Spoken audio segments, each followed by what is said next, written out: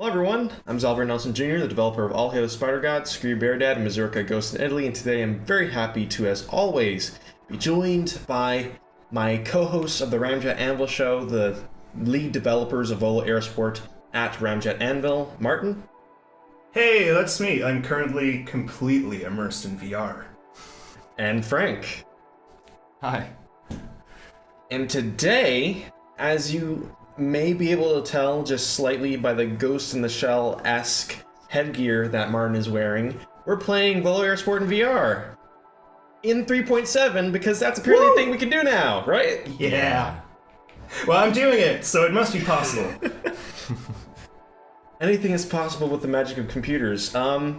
With the improvements and with all the different things that over the past few months now that has changed with 3.7, getting VR working again has been quite an undertaking, but y'all seem to have done it. Yeah, we're getting there. Yeah. And gosh, this is fun. This is about the first day, really, that we're doing parachute flying in VR, and it's something else. It's very different from the wingsuit flying. I love it. I remember. Anyway, go on. I'm busy. I remember the episodes when we were talking about y'all just duct taping the parachute system into the game in its earliest implementations, and wondering how the heck were gonna get this working properly. But now to see you move to playing it with it in VR very smoothly with a proper parachute model and everything, it's just for me. I have been very invested in this update cycle, and holy crap, it shows how far we've come. Certainly. Oh, and hey, look at this. Whoa. There's me. Can you see this? You can look back at yourself. I'm gonna look back at myself. I'm breaking my neck probably doing this, but there I am. You don't even have a neck, so I don't. That's true. I don't have a neck. All is fine. you can't break it. Secretly, the character model for Volo Airsport is a giraffe, and you can crane your neck around to look back at yourself. Yeah. All right, and then we can do this. Of course, I'm gonna pull up a little bit, and then deploy the parachute. Ah, this is first-person mode. Oh yeah. Yeah, and there it is. Oh, and then I can look down, and hey, look, there I am. So, in a more technical version of "It's alive! It's alive!" how would you describe the current state of Volo VR in the 3.7 beta? It's a monster! Wait, no, that's... No, it's alive. Gosh, it's alive. Look at this. Wow. Well, I'm crashing now. First person is really hard. Oh, God. Okay, so I need to interrupt you guys. Yes. Martijn, you're talking really, really loud.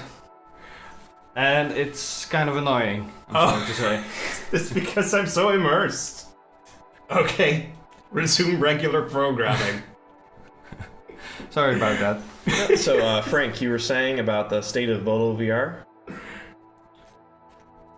Yeah, so as you can see, it works. The new beta has VR support, so if you install it, you can enjoy VR if you have a headset, of course. If you have Oculus or Vive.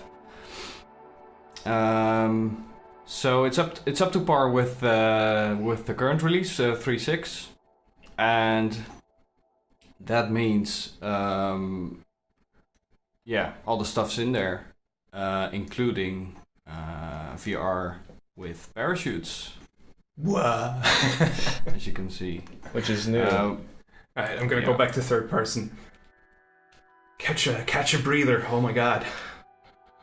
And for those of you who are watching who are wondering why Martin isn't waving his hands in the air like you just don't care to control the parachute, it's because Volo Airsport does not use motion controls, and there's two big reasons for that. The first is discomfort, which those of you who may have played with the Kinect might be able to personally identify with. Raise your hands in the air for even 3, 4, 5 minutes and see how that feels in practice. But even more so than that, the second big issue for motion controls when it comes to Volo Airsport goes to something that we've discussed quite frequently on the Ramjet Anvil show, which is we want to allow people to very literally experience the fantasy of flight, and that requires feedback. When you are wingsuiting or parachuting in real life, it's a very active activity. You're constantly getting information from the world around you, from the physical forces buffeting you about what to do and when. But Yeah, when you feel what's going on. You feel it. But when you have motion controls, it's just you in a room with a headset over your head, kind of maybe controlling things, and there's no physical forces telling you what you're doing or how. Because so much of Volo Airsport is focused on making sure that you have control at every part of the process while you're living this fantasy of flight, it turns out that actually having motion controls tends to undercut that entire goal. So, control being key here, I actually learned something about the parachute I never really knew before, which is actually when you pull on the brake lines in Volo Airsport, it's by default bound to the right and left triggers. You don't just hold those triggers to pull left or right. It's actually analog control. How hard you pull on that trigger determines how hard you brake to the right or left. So I was wondering why all of my parachute flights would send me spiraling out of control. It's because you have actual granular control of how your character operates his parachute. And you don't see that even in most racing simulations, which is really surprising as to how and why you got that working here. How'd that happen, guys? Well, first of all, you want it. Same with wingsuiting. If you use just buttons that are on and off for pitching and rolling, you can't really get that nuance down. And the same for pulling on the parachute lines, right? So we just looked at what we have on this controller, which most people use to play it, and we weren't really using these triggers yet. And the nice thing is it maps really nicely to the parachute lines. So if you can't just pull on either one of them at the same time, but you can pull on both of them at the same time, and that's just exactly what you do to control all of the parachute. So just in terms of how well this crazy thing maps to controlling a parachute, it's a logical choice. But as you mentioned, not a lot of games use it. Yeah, we've been trained to sort of just you pull as hard as you can, and then that does an action, whether it's shooting or driving or what have you. Yeah, and if you do that in this game, this is kind of what happens. Like it would with your actual high-speed parachute if you just went...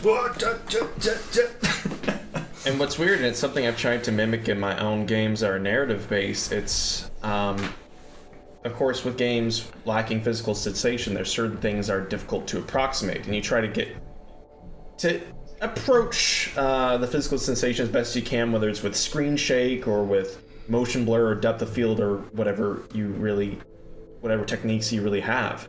But when I make my games, when I try to evoke physical sensations or emotions, I mess around with the layout of words because I'm a writer and how players experience them and even click on them. And when you're using a gamepad, it's interesting that in Volo Airsport, the sensation of pulling on that trigger mimics almost the physical sensation of pulling on a brake line. And it's something I've thought about a lot as a designer. How do you go about approximating these quite complicated physical actions with a gamepad or a keyboard, which are obviously these analog limited devices? And it's interesting how well y'all have managed to do that here.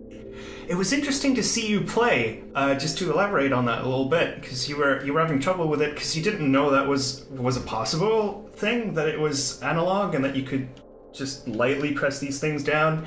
And then once you knew that, your flying improved immeasurably, and it was actually just fine. So the hardest part is not actually learning to control this, I think, but pointing out that it's possible to use the triggers this way. That's the hardest part. Yeah, we actually failed at communicating that properly, I think, to a bunch of players, and I think for 3.7 we will change that a little bit, make it a little bit more clear that these controls are actually analog. Very granular. So we talked about the alternative, which is make sure that even if you kind of use these as buttons, that it still works, but yeah, you just lose a lot of subtlety and the game becomes a lot less fun because there's just a lot less you can do that way. So we'd rather just point out to people, hey, you can do this. It's totally sensitive. Yeah. One thing that's in the new beta release is that you can now access the parachute configuration menu from the controller, right? You don't have to move to keyboards to get that working. Oh yeah, actually, let me pick a different parachute right now. Yeah, but the editor is not available in VR. No, that would be a bit too difficult to do. But you can, if you've made any, you can select the default parachutes, and if you've made any, you can just choose them from here. Yeah. Let me choose the big old mattress there. Do they actually have parachutes that big in real life?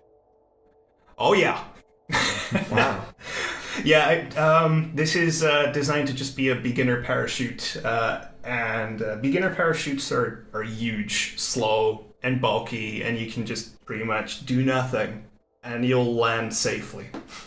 It's not guaranteed, of course, if you fly in the middle of a city, or try and land on a highway that way. There's other problems, but just leave it doing its thing, you'll be fine. And so we have one of those in the game, because it's easy to get started with. Yeah. Why is it not the default, then? Well, that's a good point, actually. We could do that. But no, it's because we want people to have an adventure. Yeah, I think so. It's adventurous to immediately have a fear for your life. That's why I buzz the ground so closely when I do my own wingsuiting. But it's a video game. You can take some more risks. So why not start with a fun parachute, not one of those? Actually, this one's fun too. Yeah, Volo Air Sport, the game where even the learning parachutes are fun. Speaking of fun, there's been some not so fun things that are nonetheless necessary that you guys have been improving behind the scenes. What have been some of those that we can see in actually the newest beta release of Volo Air Sport, which you can download right now at the time of this airing? Yeah. Yeah, so there are many performance improvements on the parachute editor side of things. Actually, dragging the modification tools is a lot faster now, and because each time you change something, it creates a completely new parachute under the hood, and that was kind of slow, and that is now a lot faster. We will probably still be improving that over the next few weeks. Yeah. But you can already see a lot of progress there. Yeah, it should be a lot more responsive now. Yeah. And there are several other improvements to the parachute editor to make it more smooth. There are new modification tools. You can just check those out when you start a new beta release. We can't of course show them now because we're in VR. Trust us, they're there.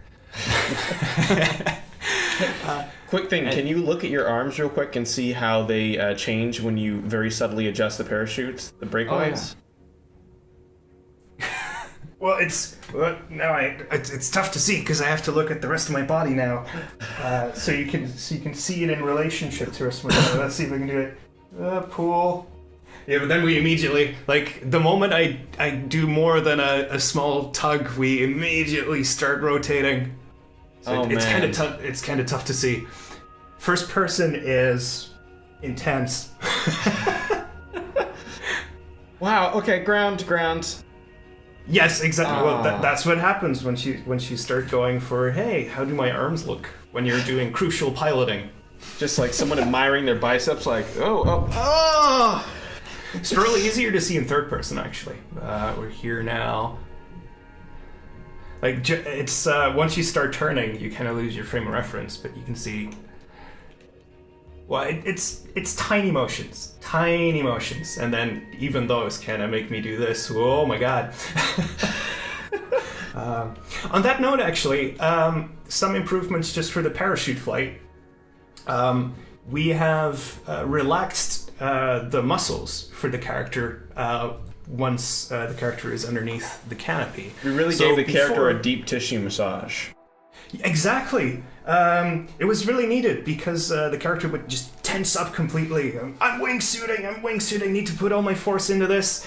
And it meant that if you started doing wild maneuvering, or you had a rough deployment, a rough opening, you'd sort of start bouncing around a lot. And of course, it's not magic. That still happens if you do some really rough maneuver. But it's a lot more dampened now, just because the character manages to relax. And all those oscillations just stop earlier. So that's neat. There was another thing. I knew that it I don't know looked if more y'all- relaxed. I had a suspicion. Okay. Well, it's the tea. It's very good, healthy herbal tea. Very good, relaxing tea. So we'll use more of that in the future. Another thing that's been fixed, I don't know if y'all have been noticed, but in previous versions, your parachutes would, no matter what, kind of always bank to the left, like this. If you just did nothing with the controller, it would keep doing this.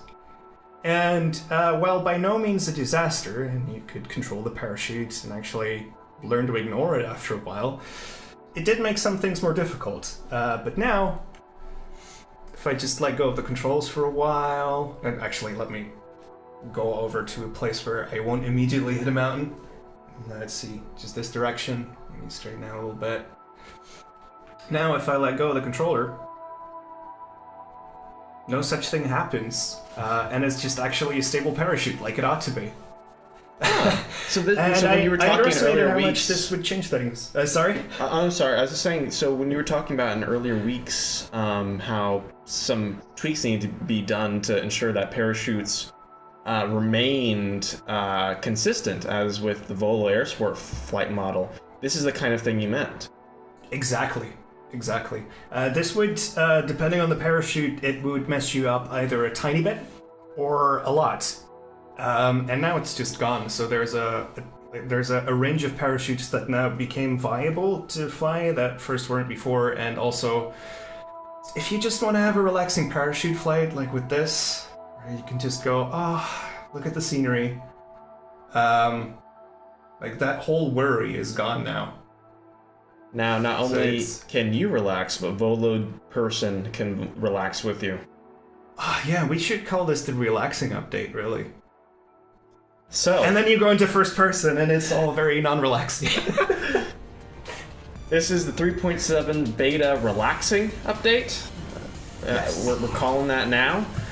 You can download it right now on Steam or itch.io. Instructions should appear on the screen right now. The game is available. It's in early access, and we are frequently, as you can see in these video updates, updating the game and making it the best it can be. If you like what you see today, please like, comment, and subscribe. We provide these development updates showing behind the scenes all the time. And if you like what you play, please leave Steam reviews because it really helps. Till next time, thank you so much, pilots, and take care. See ya! Yeah. See you.